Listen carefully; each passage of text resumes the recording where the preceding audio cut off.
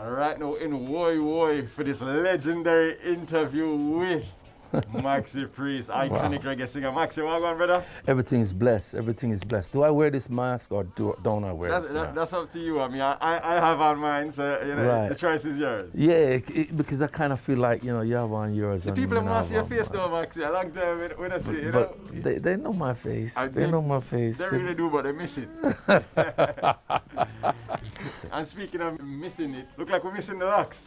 No, it's there. It's there. There? It's in there. Oh, so you wrap it up good then, man? Yes. Okay, yes. Okay. So that's not going anywhere anytime soon. No. This is my life. This is something that has been with me from whoa. I mean, from the age of 14, Maras, after the passing of my father. My father died when I was 14 years of age. As a radical vibration to overcome the struggles that we were going through as a black person living in England, Rasta was our groundation and support as an identity for oneself.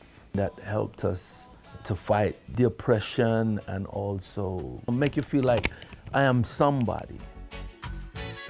At what point in your life did music start to play a very integral role? I think before I was even introduced to this world, because my mother would always rejoice and praise the Most High spiritually, musically. So mom is a singer? Oh, definitely, 24/7. Is it safe to say that you had a special voice in the family? They would probably echo that, yeah. So you were primed for success from a very early age then? Even your household mirrored what was to come then, in a way? When I look back at it, and I can only look back at it now to say, well then, yeah, in some ways. And at what stage did you realize that, okay, this is what I'm gonna do for a living? When my mother passed, then you kind of question yourself. What do I have to offer the world? This is what they say is the thing about me. I was not gonna come to Jamaica until I had done something with my life and also with this musical vibration that was echoing from England to Jamaica and to the United States on cassette. When we would gather, some blares, the tape them in the car, and I was getting a lot of feedback from America as well as I was getting a lot of feedback from Jamaica. But that wasn't really enough for me. I wanted to go into recording and record Freddie McGregor and John Holt, and the list goes on, would do. So that's what inspired your transition to the local scene here? Yeah, sound system, Rasta, the whole, my blood lineage, all of it is my connection to the all right. Especially like reggae or dancehall or Jamaican music and being successful outside of Jamaica. How are artists like you able to do it so far ahead of social media time? In our culture, in our life, in reggae music, in music periodically. Maybe I'm dreaming, girl, dreaming of you. My actual all-time favorite song of yours in dancehall was the one with you and Terra Fabulous. Oh my gosh. Baby, I'm dreaming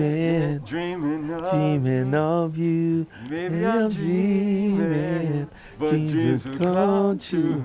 If I saw, then I saw, Mama serious to God. Why your body and me want it, but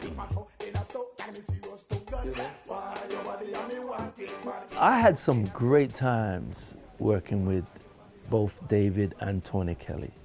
Is it true that Dave specifically is like a stickler for productions, like very particular?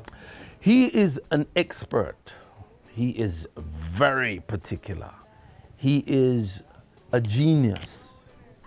As his brother is a genius. They're both genius. What's one of your favorite songs locally that you did while in Jamaica that has a lot of sentimental value for you? I'm gonna say Through the Journey of Madhouse when we came together and created the song Big Man Had the Money, some So you young are the boss. boss. One And day then Pope, you then come they over pick and his then beep, give it up. things are move fast. Because it changed the whole direction of dancehall. Speaking of the whole, evolution of dancehall at that time, how do you feel about where it's kind of evolved to now? We're still learning the business. This is a part of our DNA. One of the biggest criticisms they have of the music now is just how almost Americanized it's becoming in the sound. Do you share that sentiment, or does that bother you or no? No, because we have to evolve. You have kids, to each generation that comes with a new vibration. We always have said, boy, sure, that not sound like the thing we know. That's because you're not open to change. What are you working on currently? I have a new album, United State of Mind, and obviously I was nominated for Grammy with the last project that I did with my good friend Shaggy. Why that name? I had the great privilege of working with Robin Trower, a legend of a guitarist, and also my good friend, producer Livingston Brown, who I've worked with for many, many years, who also worked many, many years with Robin Trower. We just started to talk, and it was like a house on fire. We decided to say, all right, let's just try something. We can make mistakes. Here's a space that we can make mistakes. And that was a creation that came out of it, United State of Mind. You know what I'm saying? It wasn't, we didn't go in there thinking that we're gonna make anything reggae, we're gonna make anything rock or blues or anything. It was a space that we could make mistakes and enjoy Just be creative. the creative art that we all love. And that's how United States of Mind came about. Then it became the title of the song, that we found ourselves in this crazy time of COVID, that the title lent itself to the time that we're living in. It just seemed applicable. It's just crazy, you know. But that's why me man, me just love God, you know, because that's the vibration. Talk to me about the process of this album and how it was maybe different from the previous albums from Maxi Priest. We just allowed the love of the art to just express itself. And this creation that we came out with was not intentional in any kind of way. It was play some chords, find some melodies, find some lyrics. Make some music. Yeah. And make some music. What's the first single off the album? The first single was United State of Mind. Okay. It was the first single. But we're on the second single now.